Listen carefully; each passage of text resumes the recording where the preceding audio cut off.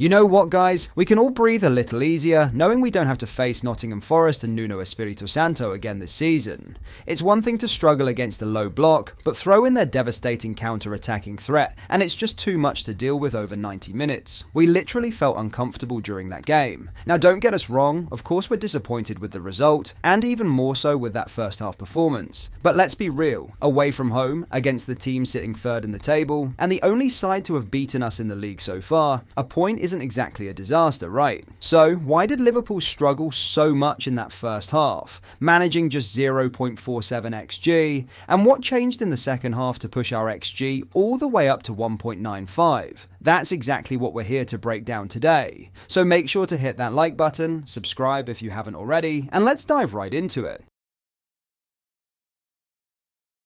This video is sponsored by Clothing. Clothing is a Liverpool clothing site owned by match-going fans. Each design is limited edition and is perfect to wear on a match day, on the terraces at Anfield, down your local, or cozy in the comfort of your own home.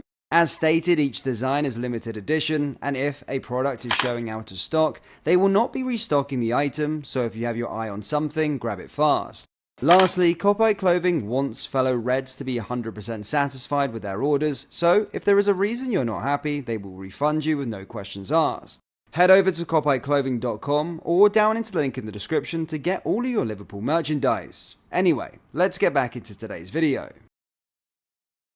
When it comes to the lineups, this was clearly Arne Slot's go-to setup. Alisson started in goal, with Virgil van Dijk, Ibrahima Konate, Trent Alexander-Arnold, and Andrew Robertson forming the backline. In midfield, we had Ryan Gravenberch, Alexis Mac Allister, and Dominic Szoboszlai, while the front three featured Cody Gakpo, Luis Diaz, and, of course, Mo Salah.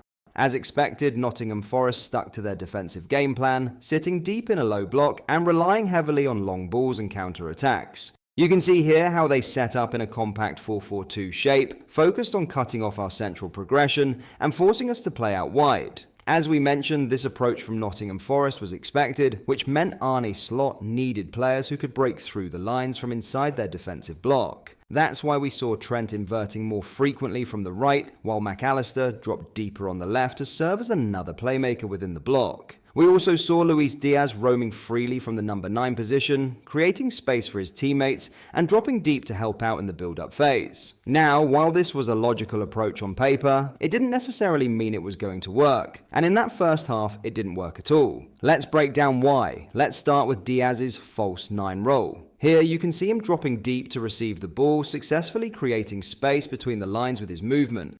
However, when Szoboszlai tried to take advantage of that space by receiving the ball from Diaz and driving forward, Nottingham Forest's backline wasn't pinned back by anyone. Only their left back was occupied by Salah. In these instances, it became much easier for their centre-backs to step out of the line and anticipate our runs into the space created by Diaz's movement. But our troubles didn't end there. Remember how we mentioned Trent was tasked with playing within the block? Well, with both him and Szoboszlai staying in central areas, Mo Salah ended up completely isolated on the right wing. Every time he got on the ball, Nottingham Forest had 2, sometimes even 3 players closing him down. Now, are we saying that Arne Slot made the wrong tactical decisions and that's why we struggled? Absolutely not. If anything, the first half issues were more about the players, their decision making and execution than the manager's tactics. In fact, the sequence we're about to show really highlights this point. And no, it's not the chance Luis Diaz wasted after Trent found him with that brilliant pass from deep. With no pressure from Nottingham Forest, Mac Allister was able to literally walk the ball up the pitch. Here we see the same issue. We're creating space in central areas, but there's no focal point to occupy those spaces or pin Forest's backline in place. Despite Diaz moving back into position and offering a clear passing lane to Mac Allister, you can see how the Argentine never even adjusted his body to make the inside pass, one that would have surely led to a dangerous moment given the space Diaz had. Instead, he played a long pass out to the left, which was easily intercepted and we lost possession.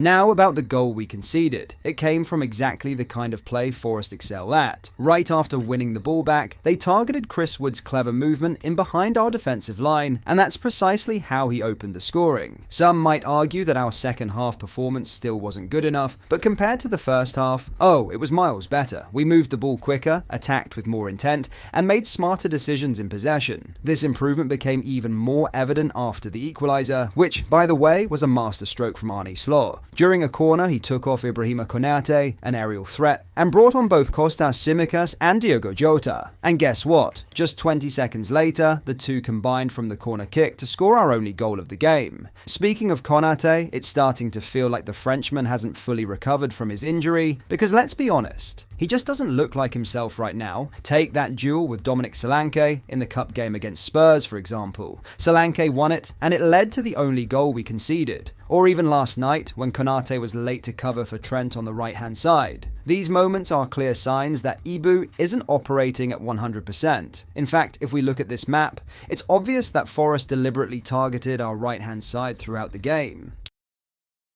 Now, we know teams have been doing this for a while, but let's face it, we've never looked this vulnerable until recently, with Konate either unavailable or putting in shaky performances. Add to that Arne Slot's preference to keep Salah high up the pitch when we defend, and it only makes our right-hand side more exposed when teams decide to overload that area of our defence. Now, I know some of you might be ready to start hammering Trent for this, right? After all, why does a fullback even need protection from another player? Sure, it's no secret that Trent isn't exactly a defensive powerhouse, but let's not over-exaggerate. He's not as bad defensively as some make him out to be. What we can all agree on, though, is just how elite he is on the ball. And let's be honest, that's a trade-off most managers would gladly make. Well, everyone except Mikel Arteta, apparently. In that second half, Trent was directly behind at least 3 dangerous chances we created, pinging long balls from deep, even with his weaker left foot, to break Forrest's lines and set up opportunities for our attackers. Unfortunately, Salah's City ground curse continued as he failed to convert one of those chances. It's fair to say we deserved at least 2 more goals in that second half, but credit where it's due, not only did Forrest have a rock-solid defensive line, they also had, arguably, the best goalkeeper in the league right now when it comes to shot stopping. Matt Sells pulled off 2 huge saves against Wolves recently, and last night he denied us at least 3 clear goals. Now, Nottingham Forest deserves some credit for doing everything they could. Not just to shut us down defensively, but also to threaten us in transition. That said, the 2 drop points are more on us than on them. This is the Premier League. You simply cannot afford to show up for just one half of football. As we saw last night, a strong second half alone isn't enough to convert the chances you create. So yes, we're relieved that we won't have to face Nuno's tricky trees again this season, but this game should serve as a learning curve for every player in the squad. And not just that, the board also needs to take a hard look at the areas we're lacking in and address them moving forward. With every passing week, every game, and every new report from the media, it's becoming clearer that Liverpool are heading into an incredibly busy transfer window this summer. With the contract situations of some star players and the growing interest in others, like Darwin, from Saudi clubs, it's looking like we might need to address more than just the number 6 and left-back positions. But for now, let's not get sidetracked. The focus remains on the current league campaign and seeing how far Arne Slot and this group of players can take us. We're still top of the league, with Arsenal shaping up to be the main threat to our title charge. So, what do you think? Are we still the favourites to win the title? What are your thoughts on our performance yesterday? And would you agree with sacrificing defensive solidity for Trent's magic on the ball? Let us know your thoughts in the comments below. And if you enjoyed this video, don't forget to hit that like button and subscribe for more content.